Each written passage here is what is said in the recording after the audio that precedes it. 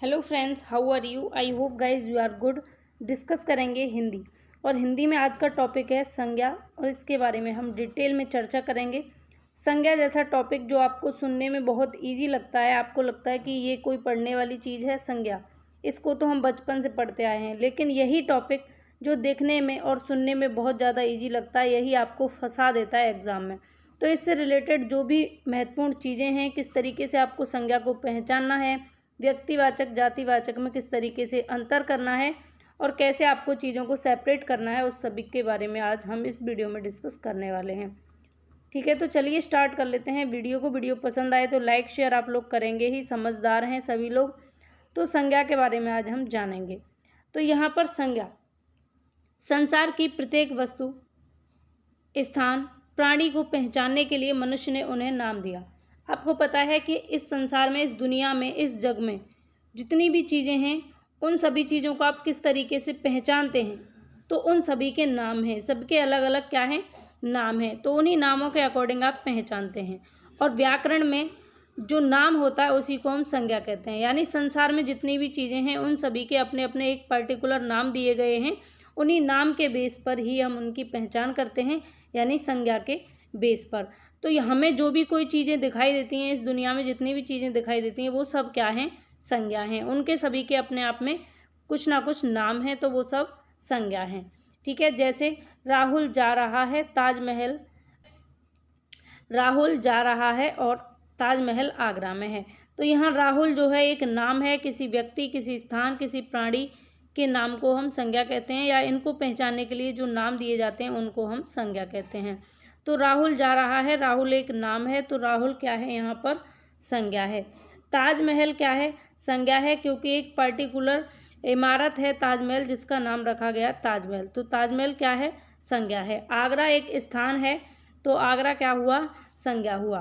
ठीक है, जैसे प्रत्येक वस्तु, स्थान, प्राणी, इन सभी को पहचानने के लिए जो भी नाम होते हैं उन्हीं को हम संज्ञा कहते हैं। अब हम आगे बढ़ते हैं और संज्ञा के भेदों की बात कर लेते हैं। संज्ञा के मुख्यतः 3 भेद होते हैं। हिंदी में अगर पूछा जाए मुख्यतः कितने भेद होते हैं, तो संज्ञा के मुख्यतः 3 भेद होते हैं: व्यक्तिवाचक, जातिवाचक और भाववाचक। लेकिन जो इंग्लिश ग्रामर है उसके प्रभाव से 2 प्रकार और होते हैं: समूहवाचक और द्रव्यवाचक। तो संज्ञा के मेनली 3 भेद होते हैं, और अगर 3 अगर आपके ऑप्शन में नहीं दिया है, 5 है, तो आप संज्ञा के 5 भेद करेंगे। ठीक, तो आपको ध्यान रखना है, अगर 3 दिया है तो आप 3 के साथ जाएंगे, और 5 दिया है तो आप 5 के साथ जाएंगे। तो संज्ञा के यहाँ 5 भेद मैंने आपके सामने लिखे हैं: व्यक्तिवाचक संज्ञा, जातिवाचक संज्ञा, भाववाचक संज्ञा, समूहवाचक संज्ञा और द्रव्यवाचक संज्ञा। तो ये 5 भेद हैं आपके सामने, इनको आप अपने माइंड में सेट कर लीजिए। कौन कौन से? व्यक्तिवाचक, जातिवाचक, भाववाचक और समूहवाचक। फ्रेंड्स, आप सभी को पता है, जो लोग पर डे क्विज करते हैं और पर डे वीडियो देखते हैं, उन सभी को पता है कि जो वीडियो आती है उसके बाद में आपके लिए 11 AM पर क्विज होती है। तो 11 AM पर आप लोग हमारे टेलीग्राम ग्रुप पर क्विज को ज़रूर ज्वाइन किया करें। एक्सपर्ट ओपिनियन टेलीग्राम ग्रुप को ज्वाइन करिए, यहाँ से आपको सारी इन्फॉर्मेशन मैं बता दूंगी। डिस्कशन ग्रुप में आप पूछ सकते हैं कि किस ग्रुप पे आपके लिए क्विज कराई जाती है। जो लोग डेली करते हैं उन सभी को पता है। तो चलिए हम आगे बढ़ते हैं और संज्ञा के भेदों में से एक एक करके सारे भेदों के बारे में जान लेते हैं। व्यक्तिवाचक संज्ञा। व्यक्तिवाचक संज्ञा कौन सी संज्ञा होती है? जिस संज्ञा शब्द से किसी विशेष व्यक्ति, विशेष स्थान या विशेष वस्तु का बोध होता है, उसे हम व्यक्तिवाचक संज्ञा कहते हैं। जैसे महात्मा गांधी का जन्म गुजरात में हुआ था। पंच परमेश्वर मुंशी प्रेमचंद के द्वारा लिखित एक प्रसिद्ध कहानी है। अब यहाँ पर महात्मा गांधी क्या है? व्यक्तिवाचक है। और गुजरात, क्योंकि महात्मा गांधी एक पर्टिकुलर नाम है, किसी विशेष व्यक्ति का नाम है। तो महात्मा गांधी को आप सभी जानते हैं, राष्ट्रपिता बापू के नाम से महात्मा गांधी को जाना जाता है। तो महात्मा गांधी एक विशेष व्यक्ति हैं। किसी विशेष स्थान की अगर बात होगी, जैसे गुजरात है, आप सभी को पता है कि हमारे देश का स्टेट है गुजरात, तो गुजरात एक विशेष स्थान है। पंच परमेश्वर, अब यहाँ देखिए, पंच परमेश्वर जो है ये एक विशेष रचना है, विशेष रचित, किसके द्वारा रचित है? मुंशी प्रेमचंद के द्वारा रचित एक कहानी है। तो विशेष कहानी है ये। मुंशी प्रेमचंद एक विशेष कथाकार हैं हिंदी जगत में। हिंदी के जो प्रसिद्ध कथाकार हैं वो कौन है? मुंशी प्रेमचंद हैं। तो मुंशी प्रेमचंद और पंच परमेश्वर दोनों ही विशेष रचना और विशेष रचनाकार के नाम से जाने जाते हैं, इसलिए ये कौन सी संज्ञा हो गई? व्यक्तिवाचक संज्ञा। जब किसी एक व्यक्ति की, एक वस्तु या विशेष व्यक्ति या विशेष वस्तु या विशेष स्थान की बात होगी तब व्यक्तिवाचक संज्ञा हमारी हो जाएगी। या फिर ऐसा होता है कि जब हम बहुत सारी चीज़ों में से, जैसे मान लीजिए फल है, एक जातिवाचक संज्ञा है फल, और उस फल में से किसी एक पर्टिकुलर फल की जब हम बात करेंगे तब हमारी कौन सी संज्ञा हो जाएगी? व्यक्तिवाचक संज्ञा हो जाएगी। जैसे अन्य एग्जाम्पल्स हैं आपके सामने, इनके थ्रू आप और बेहतर तरीके से समझ जाएंगे। जैसे फलों का राजा आम है। अब देखिए फल जो है, मैंने यहाँ दोनों चीज़ों को अंडरलाइन किया है, फलों को भी और आम को भी। क्यों किया है? क्योंकि अगर ये होता कि आम एक फल है या फिर आम रसीला होता है, तो आम की बात हो रही तो आम जातिवाचक हो जाएगा। लेकिन बहुत सारे फलों में से जब हम आम को अलग करके बता रहे हैं कि फलों का राजा आम है, तो फलों में से जब आम को अलग कर रहे हैं तो हम सारे फलों में से एक किसी विशेष प्रकार के फल को ले रहे हैं। किसको? आम को। तो फलों का राजा आम है, यहाँ पर आम में कौन सी संज्ञा हो गई? व्यक्तिवाचक संज्ञा हो गई। जैसे खानवा का युद्ध बाबर और राणा सांगा के मध्य लड़ा गया। अब देखिए यहाँ पर खानवा में व्यक्तिवाचक संज्ञा हो जाएगी। क्यों? क्योंकि युद्ध बहुत सारे हुए थे, उन युद्धों में से हम किस युद्ध की बात कर रहे हैं? खानवा के युद्ध की बात कर रहे हैं। तो जब भी बहुत सारे समूह में से, बहुत सारी चीज़ों में से अनेकों चीज़ दी हों और उनमें से किसी एक विशेष की बात की जाएगी तब वहाँ पर कौन सी संज्ञा होगी? व्यक्तिवाचक संज्ञा। जैसे जानवर में शेर ताकतवर होता है। अब जानवरों में से हम किसकी बात कर रहे हैं? शेर की बात कर रहे हैं पर्टिकुलर, तो यहाँ पर कौन सी संज्ञा हो गई? व्यक्तिवाचक। हरियाणवी भैंस ज़्यादा दूध देती है। अब भैंसों में से हम किसकी बात कर रहे हैं? हरियाणवी भैंस की, तो यहाँ कौन सी संज्ञा हो गई? व्यक्तिवाचक संज्ञा। जैसे गंगा हिमालय से निकलती है। अब आप सभी को पता है कि गंगा एक विशेष नदी है, ठीक है, राष्ट्र नदी है गंगा। तो गंगा हिमालय से निकलती है, तो गंगा में कौन सी संज्ञा हो गई? व्यक्तिवाचक संज्ञा हो गई। नदियों में से हम गंगा नदी की बात कर रहे हैं। अब हम आगे बढ़ेंगे और जातिवाचक संज्ञा के बारे में जान लेंगे। तो व्यक्तिवाचक संज्ञा अच्छे से समझ में आई हो तो कमेंट करके मुझे बताना ज़रूर कि ये वीडियो आपको कैसी लगी, क्योंकि यही चीज़ें, अब जैसे मैं आपको ऑप्शन में दे देती, जैसे क्वेश्चन रख देती फलों का राजा आम होता है, इसमें संज्ञा बताइए, तो आप आम को देखकर जल्दी से हो सकता है जातिवाचक के साथ चले जाते, लेकिन उसमें व्यक्तिवाचक संज्ञा होगी, ये आपको ध्यान रखना है। और फ्रेंड्स यहाँ पर जितने भी, ये एक सीरीज चल रही है आपके लिए हिंदी की, जो लोग डेली पढ़ते हैं, डेली कुछ करते हैं उनको पता है, लेकिन जो फर्स्ट टाइम देख रहे हैं मैं उनके लिए बता दूं कि ये आपकी 21 नंबर की वीडियो है। इससे पहले हम 20 वीडियोज़ को डिस्कस कर चुके हैं। तो मैं आप लोगों के लिए यहाँ पर आई बटन में लिंक दे दूँगी पूरी प्लेलिस्ट की, तो आप लोग सीरियल वाइज सीरीज़ से पूरी वीडियोज़ देखिए कंप्लीट, आपको बहुत अच्छे से समझ में आएगा। और इसके अलावा आपको कोई भी क्वेश्चन, कोई भी क्वेरी हो आपका, तो मुझे कमेंट करके आप ज़रूर बताएंगे। अब हम बात करेंगे जातिवाचक संज्ञा की। जिन संज्ञाओं से एक ही प्रकार की वस्तु अथवा व्यक्तियों का बोध होता है। अभी हम बात कर रहे थे कि किसी विशेष व्यक्ति, विशेष वस्तु या विशेष स्थान का बोध हो तब वहाँ पर व्यक्तिवाचक होगा। किसी विशेष की, पर्टिकुलर किसी विशेष की बात होगी। लेकिन जातिवाचक में क्या है कि एक ही प्रकार की वस्तु अथवा व्यक्तियों का बोध होता है, यानी एक प्रकार की कोई जाति का बोध कराए तो वहाँ कौन सी संज्ञा होगी? जातिवाचक संज्ञा हो जाएगी। ठीक है। जैसे पशु गांव की ओर चले, तो यहाँ पर पशुओं की बात हो रही है, तो पशु क्या है? एक ही प्रकार की जाति, एक ही प्रकार की जो है हमारे व्यक्ति हैं, ये कह सकते हैं, या एक ही जाति का बोध हो रहा है, पशु एक ही जाति है। तो यहाँ पशु में कौन सी संज्ञा हो जाएगी? जातिवाचक संज्ञा हो जाएगी। उसकी पुस्तक फट गई, तो पुस्तक क्या है? यहाँ पर जातिवाचक है, एक जाति विशेष का बोध हो रहा है पुस्तक शब्द से। ठीक है। इसके बाद आगे बढ़ते हैं और अन्य एग्जाम्पल्स के माध्यम से और समझ लेते हैं। जैसे मेज पर केले रखे हैं। अब आपको पता है केले एक अपने आप में एक जाति है केलों की, तो सभी एक पर्टिकुलर पूरी जाति की बात हो रही है, यानी कि केले जाति की बात हो रही है, तो केले में कौन सी संज्ञा हो गई? यहाँ पर जातिवाचक। जैसे अगर इसी को यहाँ ऐसे कहते कि फलों में केला पौष्टिक होता है, तब हम पूरे फलों में से और एक केले की बात कर रहे थे तो हमारा व्यक्तिवाचक हो जाता।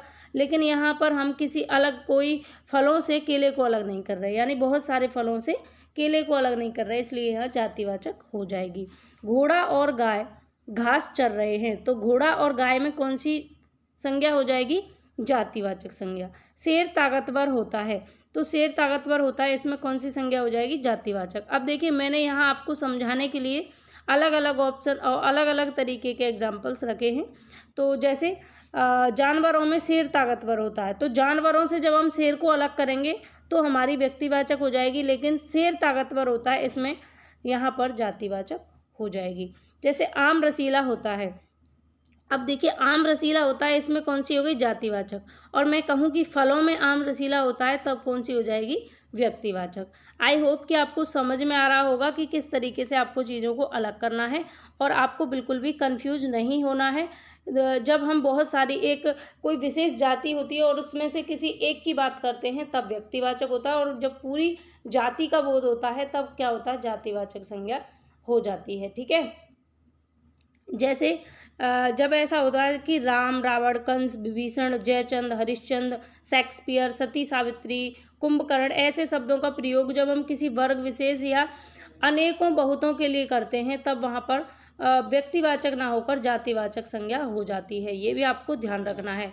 जैसे यहाँ हम शेर की बात कर रहे हैं, तो हम अनेकों बहुतों में से किसी को अलग नहीं कर रहे, शेर को पूरे शेर जाति की बात की जा रही है, तो यहाँ पर कौन सी संज्ञा हो जाएगी? जातिवाचक संज्ञा हो जाएगी। अब आगे बढ़ते हैं और भाववाचक संज्ञा की बात कर लेते हैं। फ्रेंड्स, आप अगर आपको चीज़ें समझ में आ रही हों, अगर संज्ञा आपका क्लियर हो रहा हो, जातिवाचक व्यक्तिवाचक में कोई भी आपका कन्फ्यूजन नहीं रह रहा हो, तो प्लीज़ वीडियो को एक लाइक कर दीजिए और शेयर भी करिए अपने दोस्तों के साथ में, ताकि अन्य लोग भी चैनल से जुड़ सकें। क्योंकि आपको पता है कि हम जितनी भी मेहनत करते हैं वो आपके ऊपर डिपेंड करता है कि आप हमें कितना सपोर्ट करते हैं।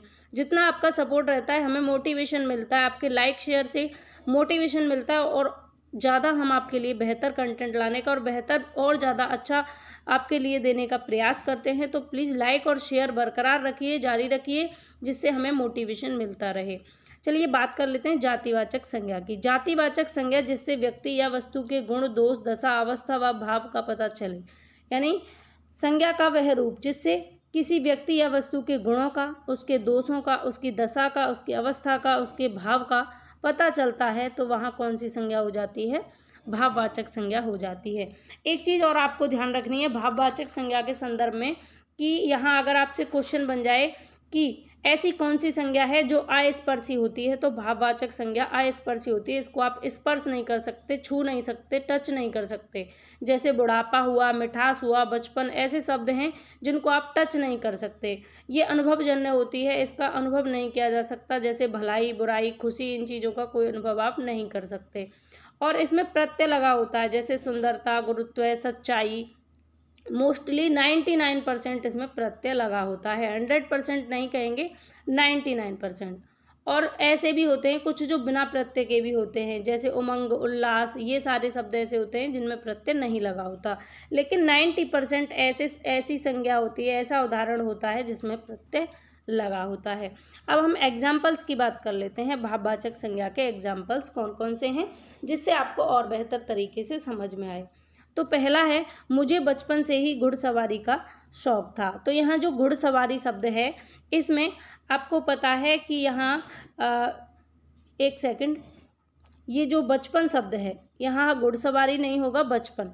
तो बचपन शब्द जो है इसमें भाववाचक संज्ञा होगी, क्योंकि बचपन जो है ये अस्पर्शी है, इसको आप स्पर्श नहीं कर सकते, ना ही इसको महसूस किया जा सकता है। अब आप लोग इसको क्या होता है, एक दशा होती है, बचपन, बुढ़ापा, बचपन, बुढ़ापा, है ना, वृद्धावस्था, तो ये क्या है, एक दशा है। तो जिससे व्यक्ति की दशा या गुण दोष का पता लगता है, तो वहाँ कौन सी संज्ञा होती है? भाववाचक संज्ञा होती है।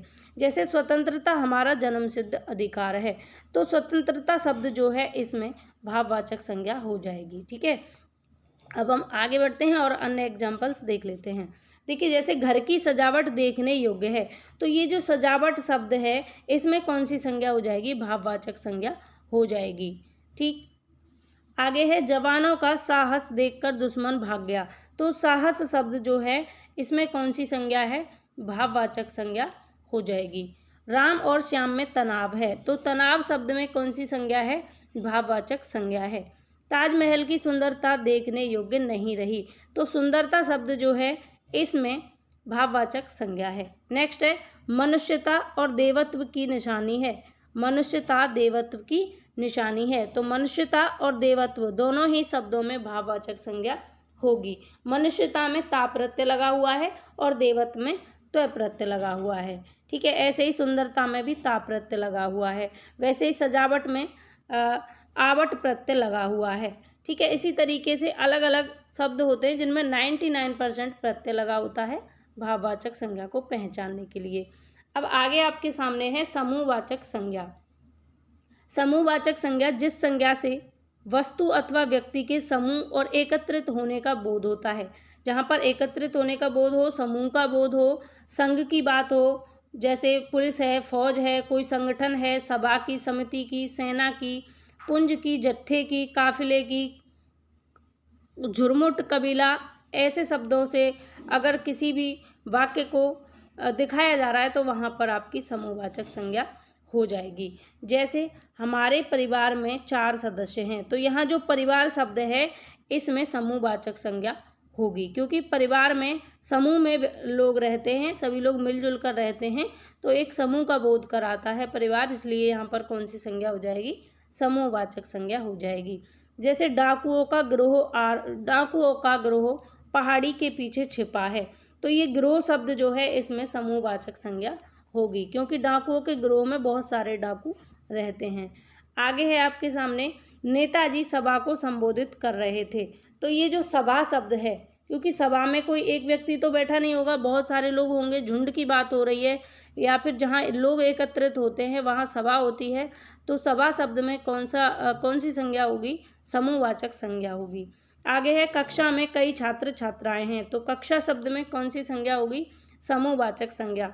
अगला है प्रकाश का पुंज आ रहा है, पशुओं का झुंड होता है, गाड़ियों का काफिला जा रहा है, तो यहाँ क्रमशः पुंज, झुंड और काफिला शब्द में कौन सी संज्ञा होगी?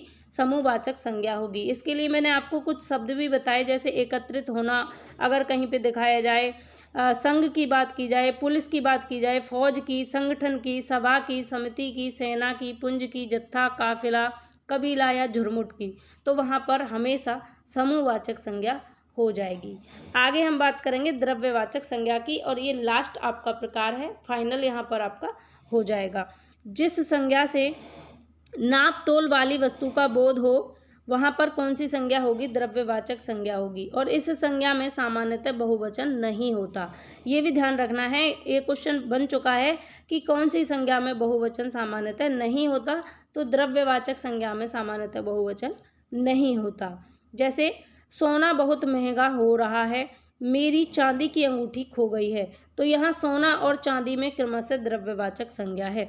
और द्रव्यवाचक संज्ञा को पहचानने के लिए आपको कुछ ट्रिक्स भी याद रखनी होंगी, जैसे द्रव्य में कहीं पर भी ठोस तरल पदार्थ का बोध हो तो द्रव्यवाचक संज्ञा होगी, कहीं पर ऐसी चीज़ें हों जो अगणनीय हों तो द्रव्यवाचक संज्ञा होगी, यानी जिनकी गणना ना की जा सके, या कहीं पर ढेर के रूप में कोई वस्तु पाई जाती है तो वहाँ पर भी द्रव्यवाचक संज्ञा होगी, कहीं धातु और अधातु की बात होगी तब भी द्रव्यवाचक संज्ञा होगी, और कहीं माप तोल की बात होगी तब भी द्रव्यवाचक संज्ञा होगी। ठीक है, धातु अधातु हैं, सोना और चांदी आपको पता है धातुएं हैं। ऐसे ही प्लास्टिक का प्रयोग कम करें, अनाज की कीमतें आसमान छू रही हैं, चावल ऑक्सीजन के बिना जीना मुश्किल है, यहाँ हम अनाज की जगह चावल का भी प्रयोग कर सकते थे। मुझे दूध चाहिए, मेरी तांबे की लुटिया कहाँ है, तो यहाँ क्रमशः प्लास्टिक शब्द, अनाज शब्द, ऑक्सीजन शब्द, दूध शब्द और तांबा शब्द में द्रव्यवाचक संज्ञा होगी। ठीक है, तो आपको ध्यान रखना है, जैसे कहीं पर भी आपको पत्थर, तेल, दूध, चावल, दाल, फल, मिट्टी, बालू, सोना, चांदी, तांबा, पीतल, नाइट्रोजन, ऑक्सीजन, ऐसे शब्द अगर कहीं पे दिखाई देते तो वहाँ द्रव्यवाचक संज्ञा हो जाएगी। तो फ्रेंड्स, इस वीडियो में हमने बात की थी संज्ञा के बारे में। अब संज्ञा से रिलेटेड कोई भी आपका कन्फ्यूजन हो, कोई भी क्वेश्चन, कोई भी क्वेरी हो तो मुझे कमेंट करके ज़रूर बताएं, या आप हमें टेलीग्राम ग्रुप पर भी आपके डाउट मैं वहाँ पर लेती हूँ, तो वहाँ भी आप अपने डाउट पूछ सकते हैं। एक्सपर्ट ओपिनियन डिस्कशन ग्रुप बना हुआ है, तो किसी भी तरीके की कोई भी प्रॉब्लम हो तो मुझे कमेंट करके ज़रूर बताएं। और फ्रेंड्स, आपको वीडियो अगर पसंद आई हो तो लाइक शेयर ज़रूर करें। एक बार मैं फिर से आपको ध्यान दिला दूँ, क्योंकि पढ़ने में अगर आप भूल गए हैं तो लाइक शेयर करना बिल्कुल भी ना भूलें, ताकि हमें मोटिवेशन मिलता रहे और हम आपके लिए और भी बेहतर कंटेंट लाते रहें। तो चलिए मिलते हैं हम अगली वीडियो में। इस वीडियो में बस इतना ही। 11 बजे आप क्विज के लिए रेडी रहेंगे। तो चलिए क्विज में ही मिलते हैं। Bye bye, take care.